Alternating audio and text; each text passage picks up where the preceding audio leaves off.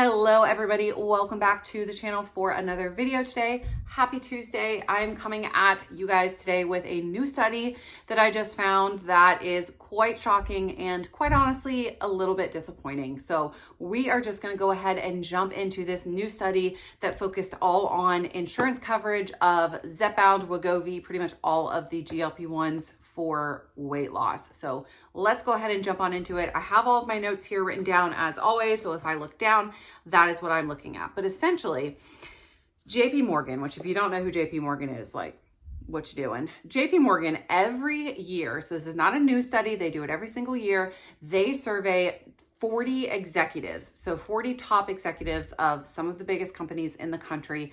They survey them about tons of things. So like their benefits that they're offering their employees, insurance coverages, like opt-ins and opt-outs that they are offering their employees. They do this sort of survey just to kind of see like what everybody's doing every single year. But this is the first year that it's really focused a lot on GLP-1 coverage because that's a big topic right now, obviously, in insurance coverage.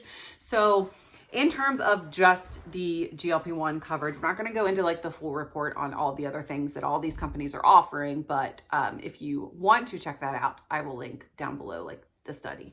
But of those surveyed, so there were 40 executives surveyed, like I mentioned, of those surveyed, only 45%, so less than half, said that they are currently covering GLP-1s for the use of weight loss. Of the same 40 people or 40 executives surveyed, 80% of them cover GLP-1s for type 2 diabetes. So there is this like very clear divide in covering it for diabetes and covering it for weight loss. Now, like why? Why is that a thing? Like why the difference? The answer is simple. There are in this country a significant amount of people more that are obese than there are classified as type 2 diabetic. And so the amount of people that would qualify under the diagnosis of obesity is significantly greater than the amount of people that would qualify under the diagnosis of type 2 diabetes. And so essentially that is a cost thing, right? So the more people they would have to provide this medication and offer coverage for, the more it's going to cost them. And then the more premiums for everybody else is going to significantly increase. And so when you break it down like that, it's pretty simple to see why they would cover it for diabetes. And so, yeah, it would across the board increase premiums for people who weren't even on it. And so I get it. I'm not saying I don't get it, but like, I'm disappointed, right? So of the 45%, we're going back to the statistical data here, of the 45% that is currently offering the GLP-1 coverage for weight loss, only 65% of them say that they will continue to do so. There's, hold on, let me get my numbers right. Okay, so of the 45% covering it, only 65% say that they still will. So the other 35% are going to drop the coverage. Of the 55% of those that did not cover it or are not currently covering it, only 13% said that they are considering it.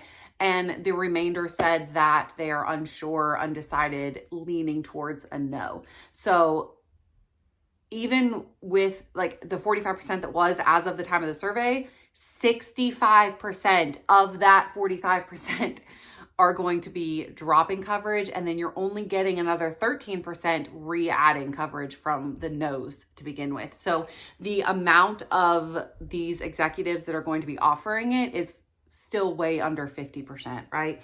So in October of 2024, Kaiser Family Health, who they are a entity that does lots of different analysis and stuff like that on insurance coverage and utilization of different prescriptions and prescriptions costs and stuff like that. They've reported several different analyses of GLP-1 use and of and the GLP-1 use prior to Mounjaro and Zepbound and all of that. So they definitely know sort of what they're talking about in this. But a spokesperson for them in that October 2024 analysis said, coverage for these weight loss drugs has significant cost implications for employers as a previous KFF analysis estimated that almost 50 million adults in employer plans meet the clinical criteria for taking such drugs, which can cost thousands of dollars annually per person. So that's a lot. I mean, if you just break it down in terms of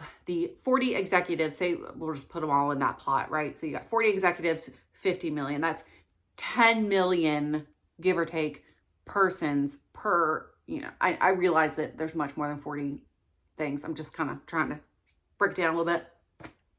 And then you add on thousands of dollars per person per year to cover these medications.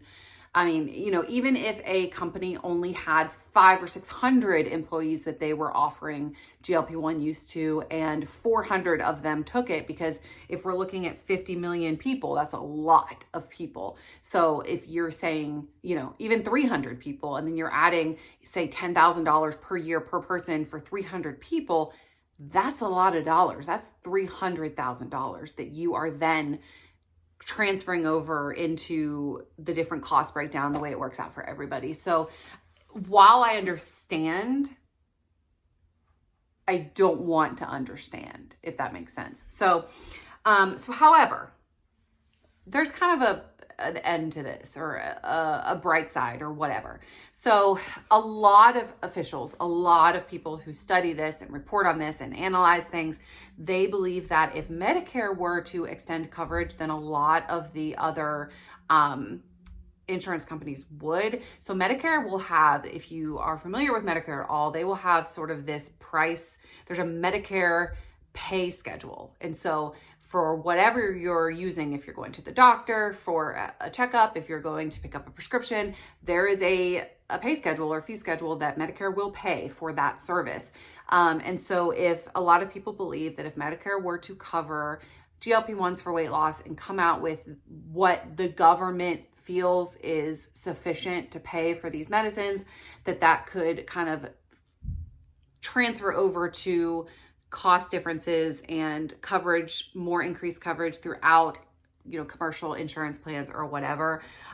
So the Biden administration, as a lot of us know, actually did propose several changes to coverage of GLP-1s and kind of in terms for obesity and whatever for Medicare. But the Biden administration is in office at this point for 7 more days. So obviously that could change greatly. Trump could get in office and there's talk about, him completely reversing even the compounded tirzepatide thing. So there's a lot of talk about what could happen in terms of coverage, in terms of the PBMs, in terms of all of the things within the next 4 years, but hopefully a lot quicker than that.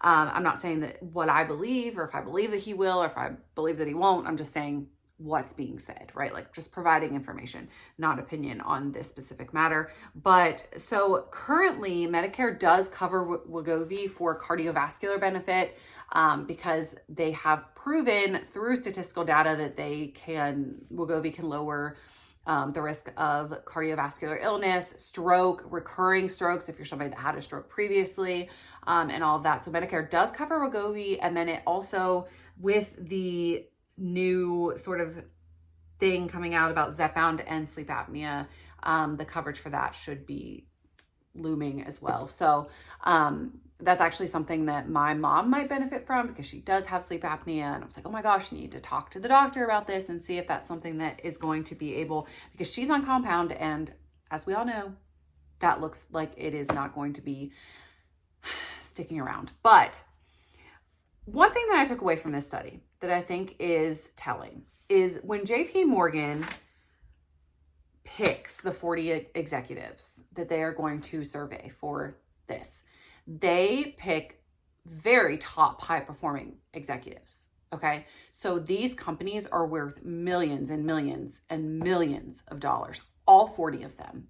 And if you are getting only a 45% coverage rate in these companies that are very high performing, very wealthy companies, what's going on there? Like, what does that say? Like, if even the wealthy won't cover it, then how do we expect, the mom and pop company down the road to offer coverage for something that it would be absolutely financially debilitating for them, you know?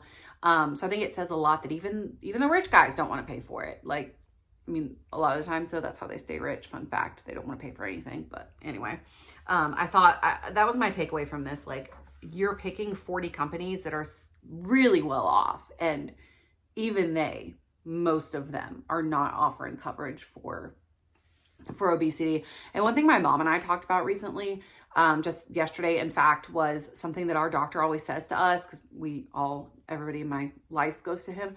But he likes to say that he just doesn't get why they won't offer coverage for it, even if it costs them so much right now, because of the like long-term benefit that they're going to have. I did report on this once, where I was speaking about how a lot of the time people aren't sticking it through to get to the long-term benefit, or the insurance company isn't seeing the long-term benefit. But has it been long enough for them to do so? I don't think so.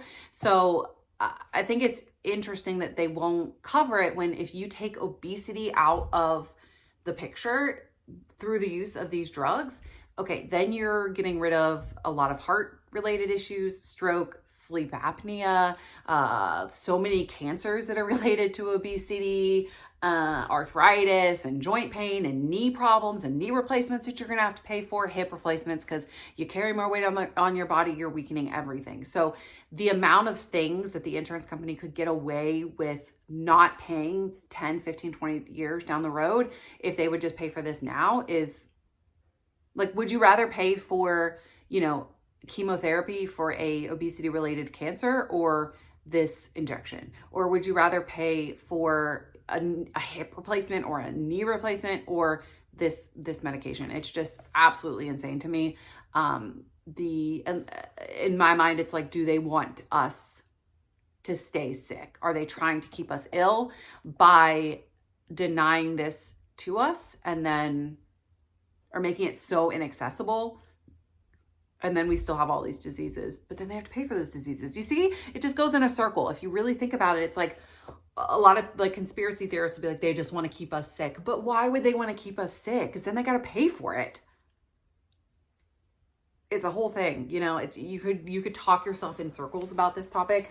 And so I don't really know that anybody understands why insurance companies do the things that they do, and why the FDA and the government in terms of healthcare do what they do, because none of it makes sense when you really try to break it down. You can contradict just about everything that's done in healthcare in America today. So it's really unfortunate.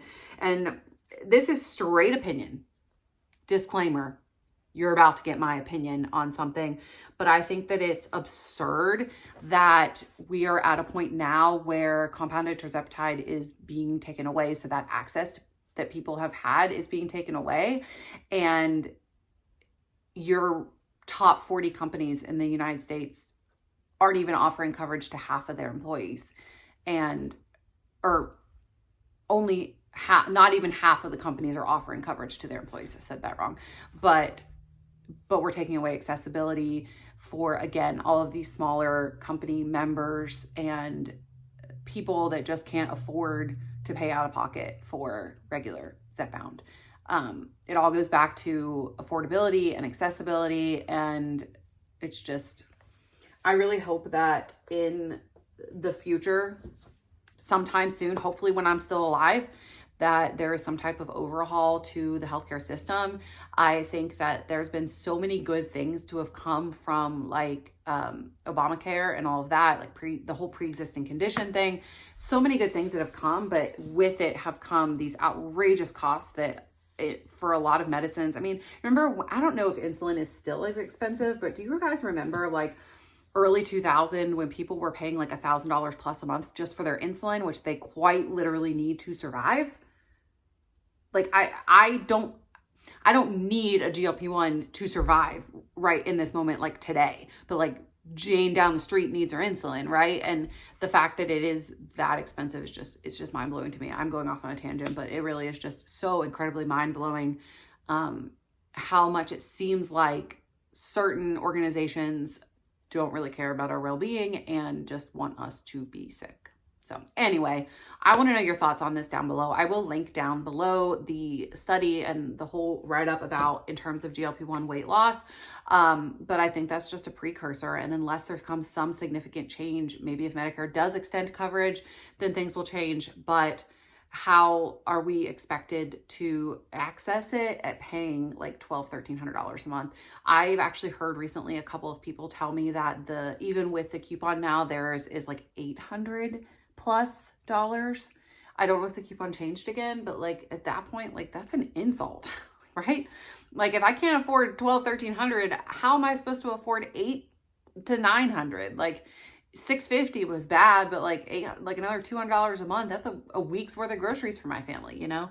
So anyway, thank you guys so much for watching this video. I would love to know your thoughts down below as always. Let me know what you think about this. Let me know if you think there's change coming. I'm hopeful, but I don't know. I'm always hopeful. You guys know I'm always like, it'll be okay, stars and rainbows. And sometimes it is, and sometimes it's not. And most of the time I'm still just like, we'll get through it. Like with the compounded terzepatide issue currently, I'm still just like, we got this, guys. And I will be until the end. Just know that. But anyway, thank you guys so much for watching this video. I hope that you enjoyed it. If you did, please don't forget to give it a thumbs up and subscribe to the channel if you're not already. Tomorrow, you guys will see a what I eat in a day video. It's going to be different foods than last week's what I eat in a day, which is pretty impressive for me. So come back tomorrow and watch that. And yeah, I'll see you then, guys. Have a great day. Bye.